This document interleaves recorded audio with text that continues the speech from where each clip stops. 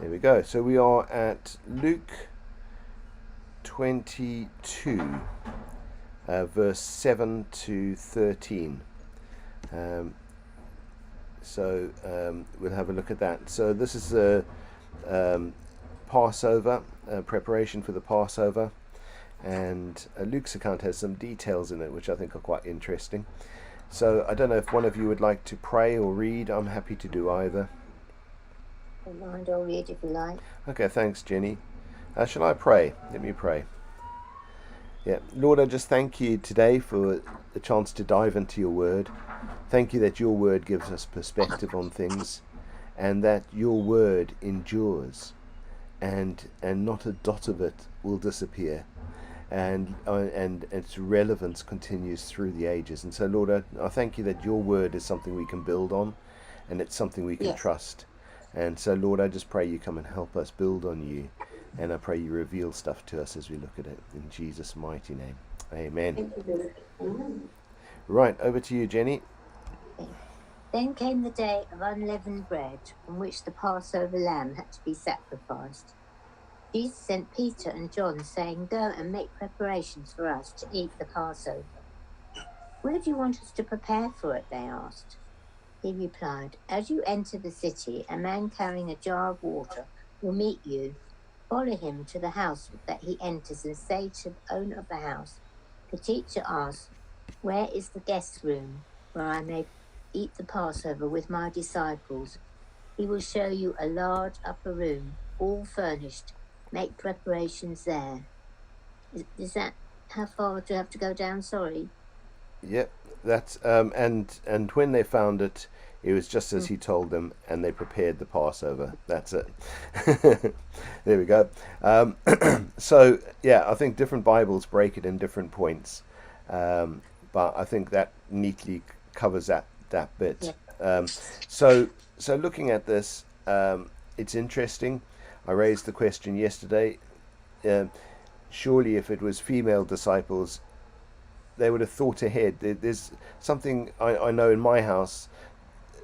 I've got people who think ahead of things. Yeah. For example, when our first child was being born, I read all the stuff there was. I studied it all to try and be a good husband in the build up to the birth. I really went to all the classes, went to everything, learned how to do things, learned all these things, and then the baby's born, and my wife suddenly just brings out, "Oh, I've got some clothes with me at the hospital." I'm thinking, I hadn't thought of that. And then there's nappies. I hadn't thought we needed. I'd only planned up to the birth. Do you know what I mean? I hadn't thought with the follow through. Do you know what I mean? And so in some ways, I think this is interesting. They're in Jerusalem for the Passover. The Passover was to be eaten within the walls of Jerusalem, Mm. and there's no real plans. It's like, yeah, we're going to eat the Passover, but it doesn't seem to be planned. I think someone suggested yesterday maybe Jesus had already said, "I've got it sussed." We don't know those things, but it does seem odd on the way up to the Passover. There's no plans made, or maybe it's a kind of culture where people invite other people in, and Yeah. there's an expectation that you don't need to worry about it. You'll have Passover somewhere. So I don't know if it's some of those things, but what the commentary points out here is maybe Jesus wanted privacy. And actually, if that was the case, the secretive arrangements of this Passover meal were a secret to everybody. No one could predict it, no one could second guess it, especially with Judas and his intentions. It meant no one could do anything around that meal. I hadn't thought of it that way, but I'll throw that open and see what you guys want to discuss on it all, and any thoughts you may have. You go for it, No, Jenny.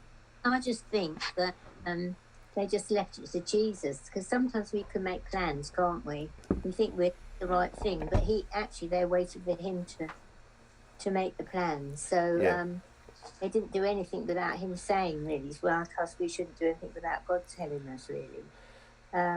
But I was looking at this morning. I was looking at the Passover again, in Exodus, and quite interesting. It said that they've got to. They shouldn't take the meat outside of the walls, outside of the house. The meat had to be inside the house. I've never noticed that before. But why? And quite interesting to look at that, because you can see lots of reasons for even the Anglican Church doing things the way they do it. I think, I know we're not onto that bit yet, really, but No, it's interesting. yeah. Where is it now?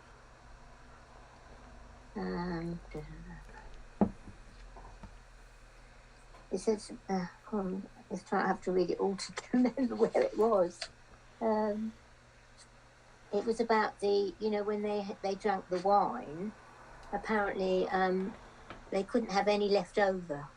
They had to be all drunk. Now, in the Anglican Church, when they take communion, the priest always drinks all the wine. They have nothing left over. They eat all the bread and they drink all the wine, because that's obviously where it comes from. It's quite interesting. Partially, there's another angle it comes from as well, which is transubstantiation from the Catholic Church. So so what I've heard in the Catholic Church is they always finish all the bread and wine because they believe it becomes the actual body of Jesus. Yeah. And so they don't want to waste that, and that's very precious. And so there's an approach there which may be Anglo-Catholic kind of approach as well. But yeah. Yeah, it's funny, isn't it? There's quite a lot in here anyways, but I can't remember. Unfortunately, I can't remember it all now. Yeah. There's one lamb for a household. Is there one passage that you were reading, Jenny? Do you want to read it out? Maybe that might be helpful. No, quite long. All right. The Lord said to Moses and Aaron in Egypt, "This month is to be for you the first month of the year. Tell the whole community of Israel that on the 10th day of this month, each man is to take a lamb for his family and one for each household.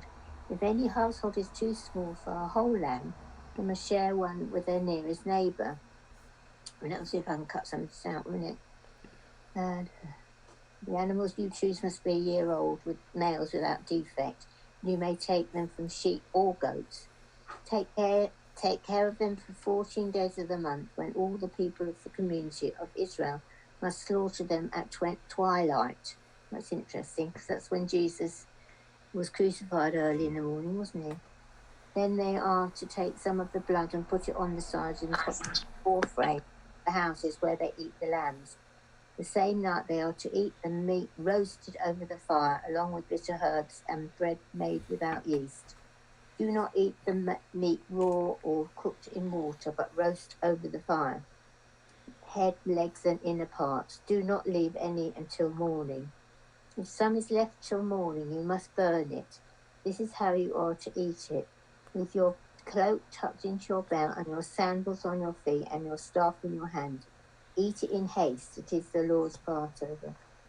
And I think it's there's another bit I'm trying to find now.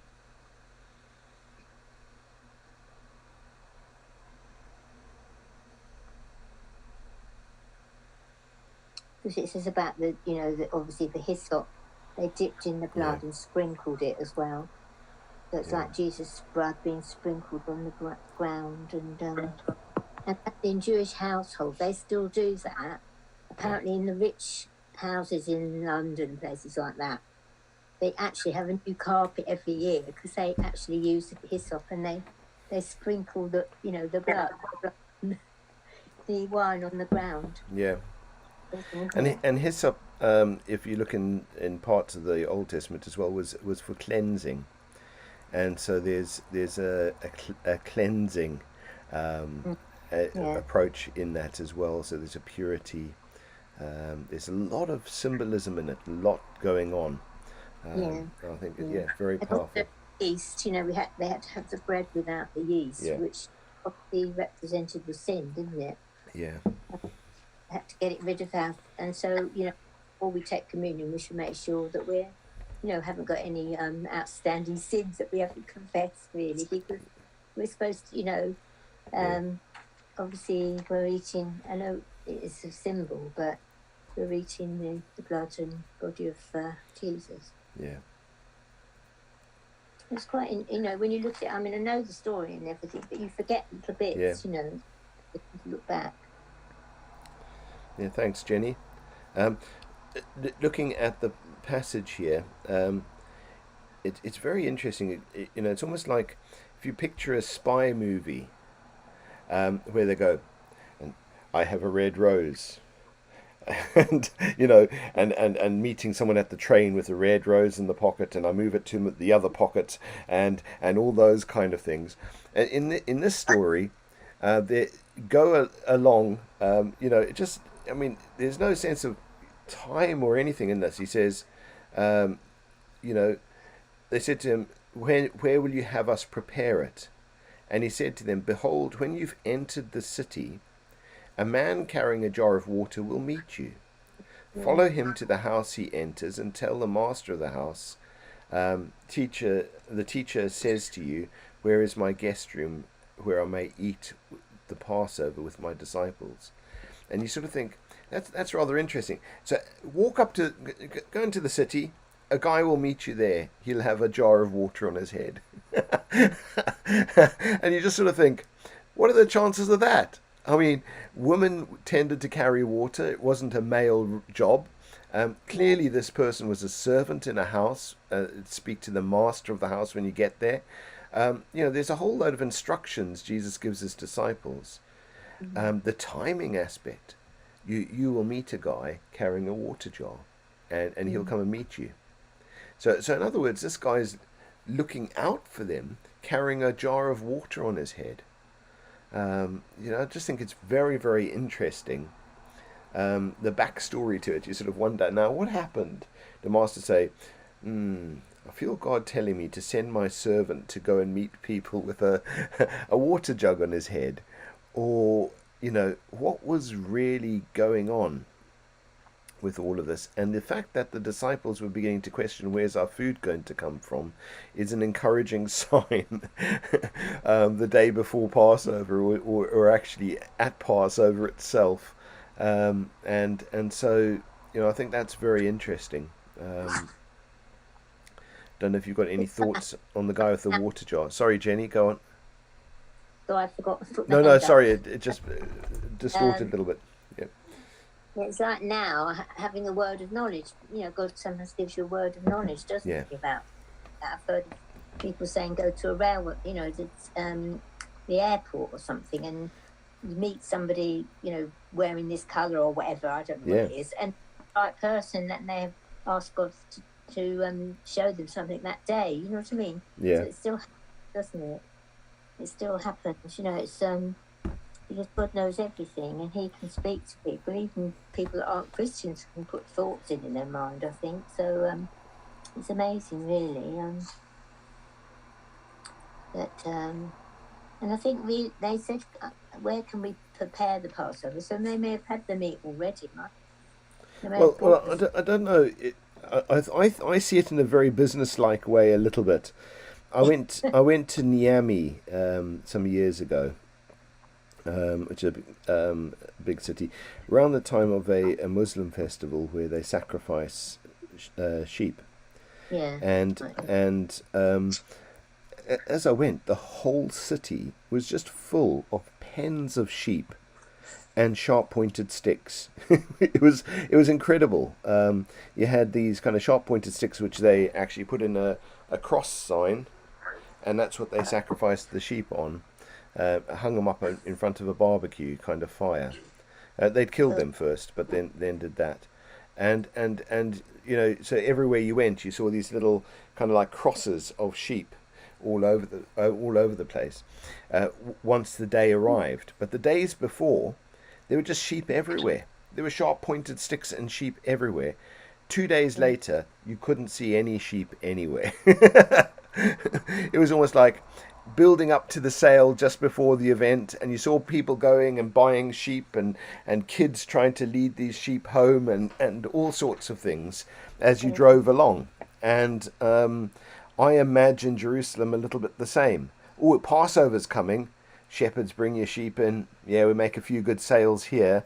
get a good price for them, and then boom, end of Passover, can't see any sheep anywhere. It's all happened.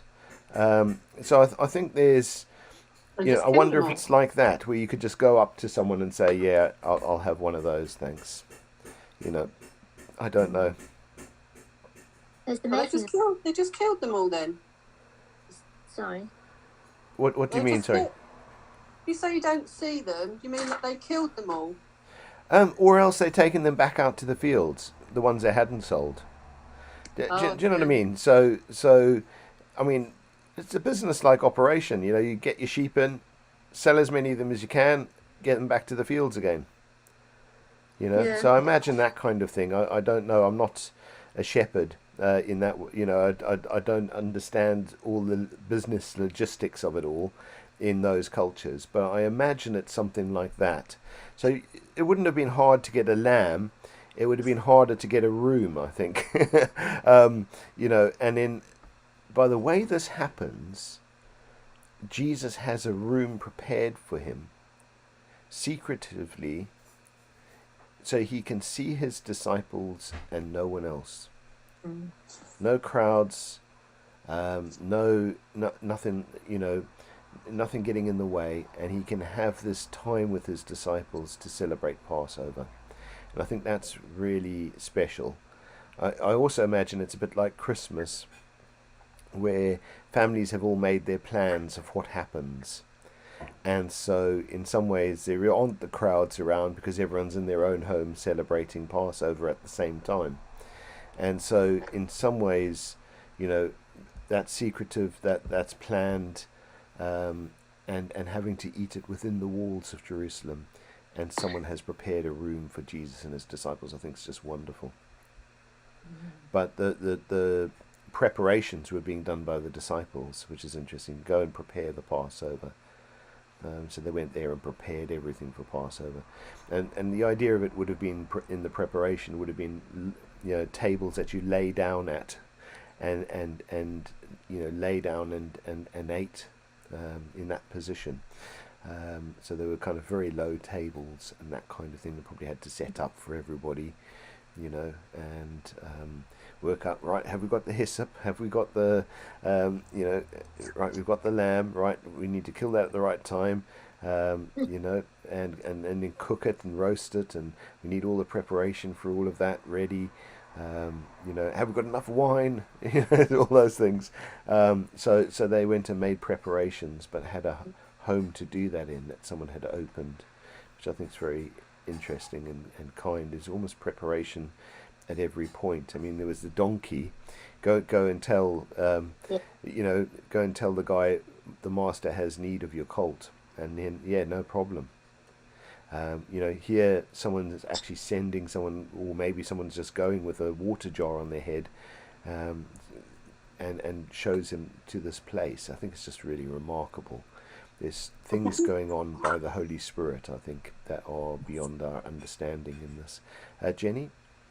No, just saying that it just shows you how God knows people's hearts. He knows the people that are going to respond to him. And then he knew the people with the donkey would give the donkey. You know what I mean? Yeah. They probably, you know, love Jesus or love the Father anyway. And, you know, he knew who was going to be willing to give of what they had as well. Because Yeah. the man with the, he must have been, you know, it must have been quite a large room, mustn't it? To get 12 people in. So it must have been quite Yeah. good for a person, I wouldn't have thought. Yeah. Have a large like that. It's Yeah. interesting. He had a large room to make for Jesus there, but when he was born, there was only a stable. There was no there. Yeah. It was a stable, but it's amazing, isn't it? That there was room for him then, but there was no room when he was born. Yeah.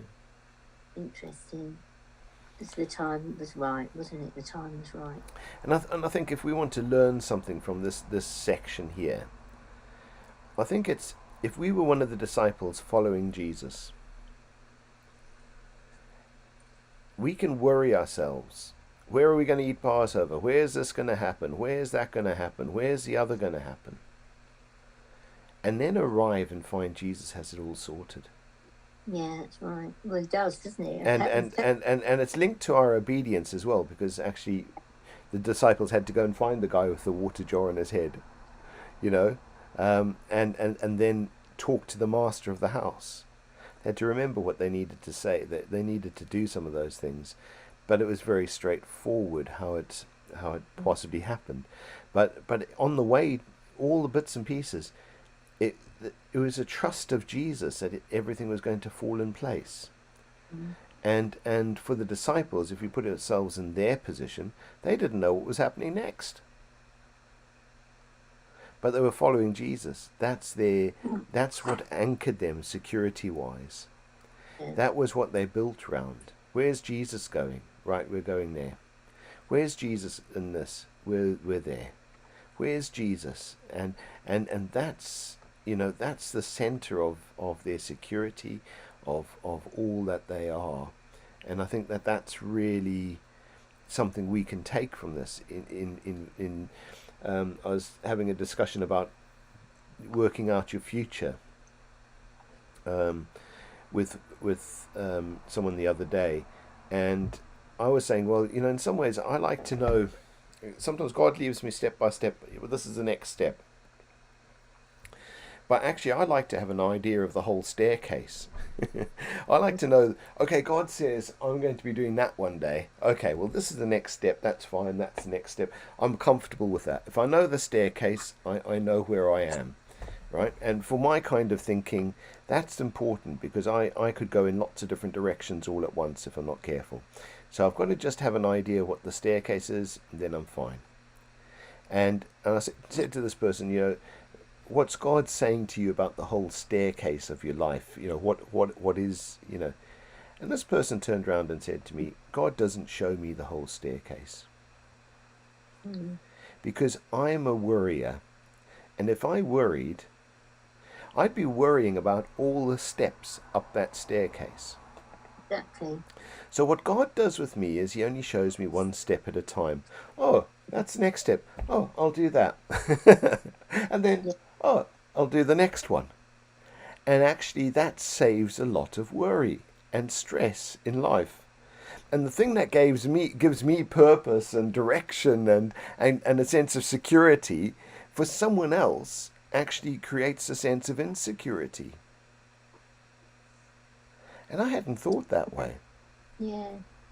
And I wondered why they were getting cross when I was talking about whole staircases, and then you realize actually they were beginning to worry about all the different stages ahead, but actually it's one step at a time with Jesus. Yeah.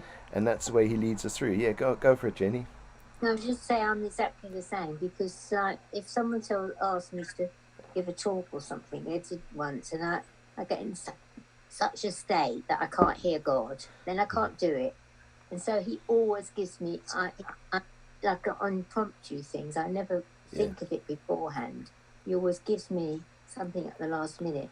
So if someone says to me, will you prepare, do that, I can't do it. But if God gives me something in church, I haven't done it recently, but I will just step out in it with one line, because I know that I'll answer the rest of it. Yeah. But I'm a person that gets in a state because I can't remember what I've just done anyway. Mm-hmm. I've always had a really bad memory, so I can't retain things. So he knows that, so he just gives me just one little bit, and then you have to stay to go further and to do whatever he wants you to do. And he just gives it you as you step out. Whereas other people, as you say, need to prepare and spend hours searching out things and things like that. I'm not saying you don't do that if you want to do, but you don't have all prepared word for word what you're going to say. You just can't. So Jesus gave the disciples a few instructions. Find the guy, talk to the master, prepare the Passover, right? 3 simple instructions. So the first one, find the guy. Well, you could spend all your time, well, what if we don't find the guy? Well, there's no Passover. Jesus said there'd be a guy. Just go and find the guy. And you can imagine them, trying to overthink, well, what does a guy with a water jar look like? What does, and what, how tall will he be? How short will he be? You can wonder all the things in the world. At the end of the day, Jesus said, into the city, you'll see a guy with a water jar. And they did. And then, we found the guy with the water jar. Wonder where he's going to take us. Was he going to take us some, well, Jesus said he would. The chances of finding a guy with a water jar are rather rare. Follow him to the house. When we get there, this is what I say to the master. Yeah. It's very clear. But It's quite clear. He said, "Go. There's a man. You know me. Yeah. They know him. I know there's going to be a man there. Let's go. And he'll be there." And so they go and they see the man with the jar. Yeah. Simple. But I'm just imagining what it felt like to be the disciples. If you were one of those disciples, Carolyn, or I was one of those disciples, or Jenny was, Yeah. you're on the way walking to the city, and you're thinking, I wonder what colour coat he'll have. I wonder what he'll look out for you. I mean, I'm just not sure. Will he come and talk to us? Do we need to go and talk to him? Can you imagine all the thoughts that would go round our heads on the way to the city? I think I'd just go and have a look and see. I think it was me. I think I'd go and see if there was a guy with a water. And maybe there are many. Maybe there are many people with water jars. Well, apparently it wasn't the custom for men to carry water. So it was an unusual sighting. So but thanks. It does sound simple, doesn't it, Carolyn?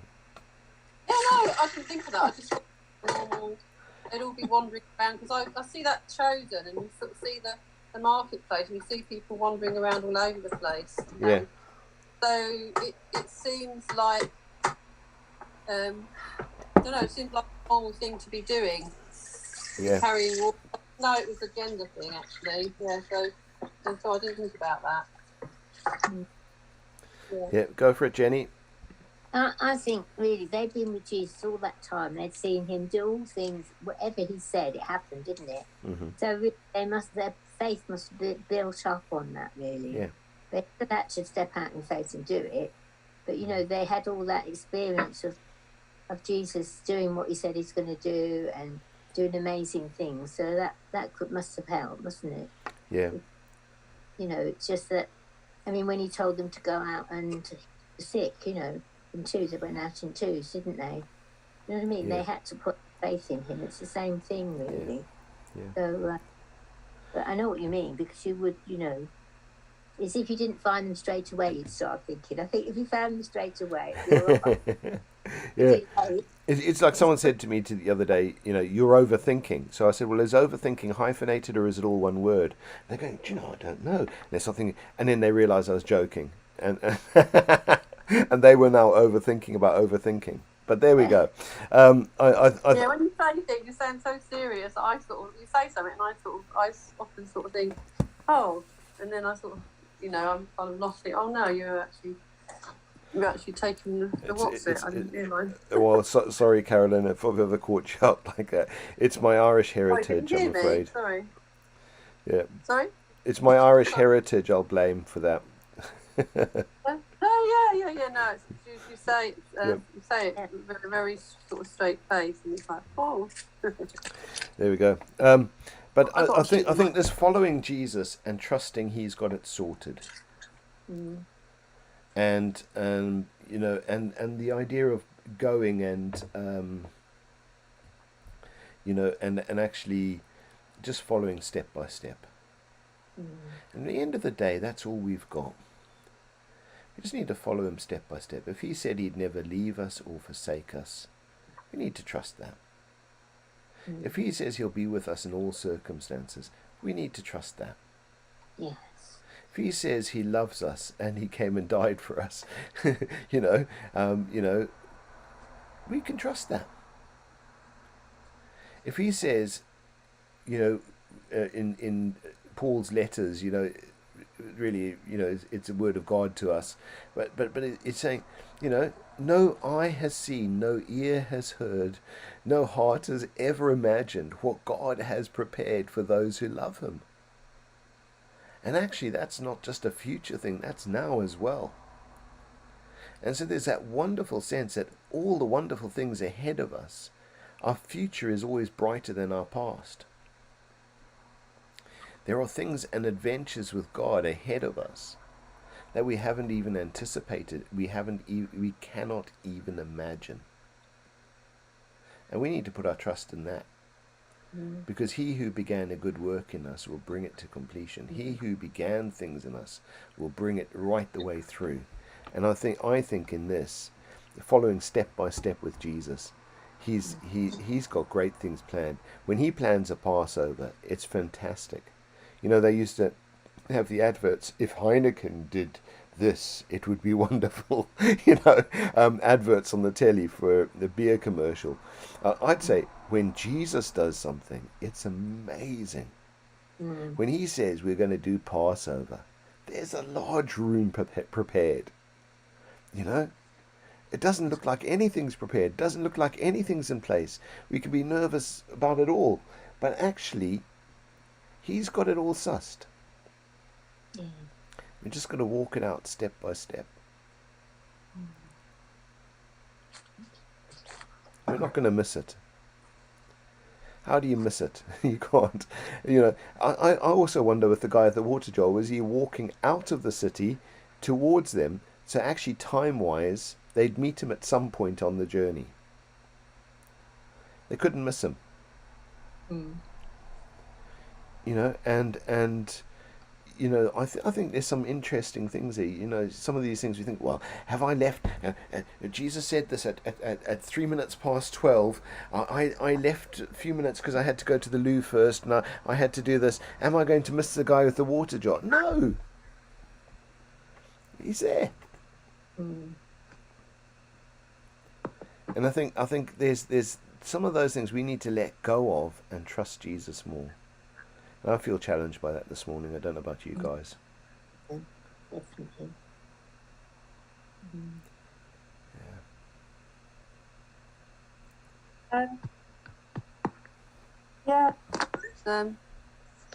It's all about trust, isn't it? And I think that when you don't trust, it's a sin, isn't it? I think I look at it. Let me give you an illustration on what I think, Carolyn, on some of this. I had a vision of a water slide. Now in Australia, they had this water slide that went down a mountain, right? Yeah. Dug into the mountain and swirled it down. And it was in the days before they did all the fiberglass ones, so this was a concrete one going down a hill. And you'd watch people go down it. And they just relax and just go all the way down. Lovely ride. Now, I had this vision of someone stiffening like a stiff board, and they were getting bumped and bashed and knocked the whole way down the hill. And I saw a picture of someone else with 1 foot in the water and 1 foot on the bank, trying to work their way down this water slide. And it was the most uncomfortable trip down the mountain they've ever had. They were almost doing the splits in parts. It was so awkward. And God said that's like trust. Yeah. You can either just relax and trust and go with what he's doing, or you can stiffen up like a board. Well, I'm not so sure about this, and try and hold some control, but you just get bumped along the way. It's not as smooth a ride as when you trust. And if you've got 1 foot on the bank and 1 foot in the thing, you're not enjoying the ride down the mountain like you're supposed to. And actually, you might get there, but you'd be slipping on 1 foot, you'd be leaning on the other foot. It would be the most laborious, painful journey down the mountain. And I think sometimes with trusting Jesus, we try and trust Jesus with 1 foot, and on the other foot try and trust ourselves and keep things stable as far as we're concerned and not let ourselves. But we've got to trust him. And as we trust him and just let go and relax, the full ride down the mountain is the most joyous experience. It's swooping up on the edges and swooping down and all of those things. It's when we're stiff that it's not much fun, and when we've got 1 leg on the bank, it's not much fun. And so that was an illustration God gave me about trust. And I think there's something in that. I don't think these guys were like, well, what if Jesus was wrong? What if, it's find a guy with a water jar and it'll all be right. Do you know what I mean? There was an illustration some years ago where someone in our church back then had a word about a lobster. Prayed for a guy and just saw a red lobster and just said to the guy, I don't know what it means, but I saw a red lobster, and if there's a red lobster, it'll all be okay. The church leader in London, who I know, was looking for a place to do Alpha. He went into a pub. There was a great big red lobster on the wall.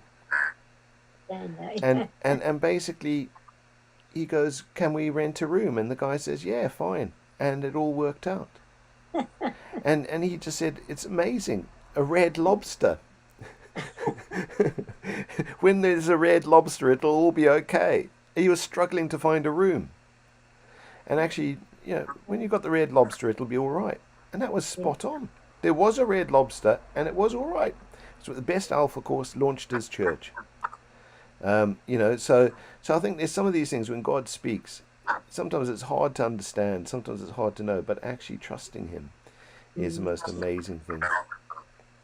But it says here, a guy will meet you. So yeah. So he'll meet. They must have known that they would meet him as they enter the city. Yeah. So yeah. It's rather remarkable. They could just relax in the words of Jesus, go with the flow, chat.